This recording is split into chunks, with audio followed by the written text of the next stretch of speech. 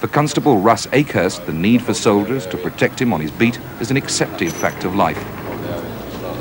What was that call that you made at that house we've just seen? That was a routine police inquiry, reference insurance.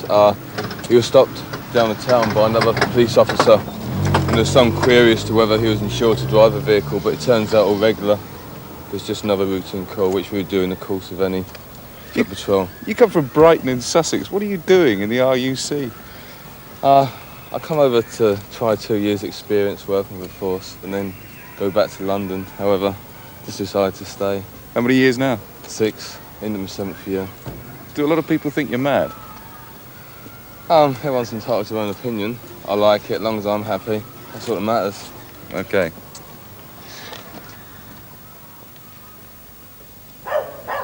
Every time you go around a corner, you think, well, where am I now? What am I going to do now if I get hit? So then after a while, it all starts to come. And you just do it naturally anyway, without thinking about it. And you're doing it anyway. As you're walking around, you're clocking it where you are, what street you're at, how far down the street you are, number of the house, left and right. You start to get to know the area. You get to know what cars should be there, what things shouldn't be there. Simple things like lampposts with wires hanging out, brick walls with holes in, that sort of thing. Windows left open in all the streets. Good indication for an IED. I mean, you pep yourself up, you know, and you key yourself up to do the job. And when you're out there, you're moving around, and you get quite warm actually with all the stuff you've got on and what you're carrying. And I don't feel bad at all when I come in. I don't feel bad when I go out. Because after you've been out there a few times, you get used to the area, and you get the feel of it, and you get the feel of the people in the area, and the old vibes in between, like, you know. You know you're nasties, and you know you're nice people.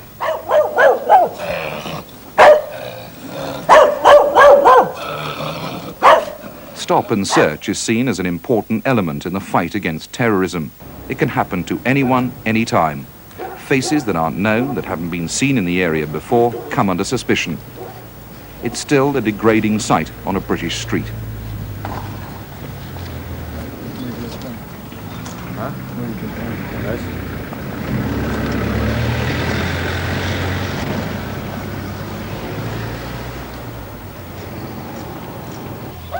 Another man is stopped. He's unhappy and makes his feelings known. It's just a part of life in Ballymurphy. You've just been stopped. Do you know why? No. Any reason given? No reason at all. What do they ask? Name and address, date of birth. Where I was going. Does it happen very often? All the time. How many times have you been stopped? Well, today, this is the first of the day. Just finished work. Stopped today. The first today? Yeah. But it can happen anytime. What do you think about it? It sort of speaks for itself. Like if you're living here and you can't walk down the street but you're stopped, it's the same thing every day. Like this is the first time today, right? There's still a good few hours in the day, and God knows how many times we're going to be stopped. So just walking down the street. Have you ever been in any trouble? No. We've always stopped. Like, it doesn't matter whether you're in trouble, you've been in trouble or anything before. They can stop anybody and ask them anything.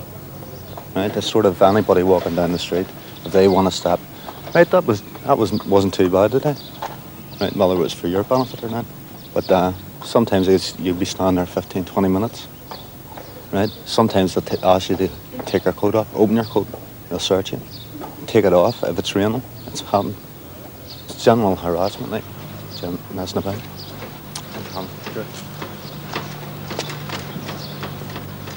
My team is working as a team, and I've pepped them up enough to pull them all through the patrol itself.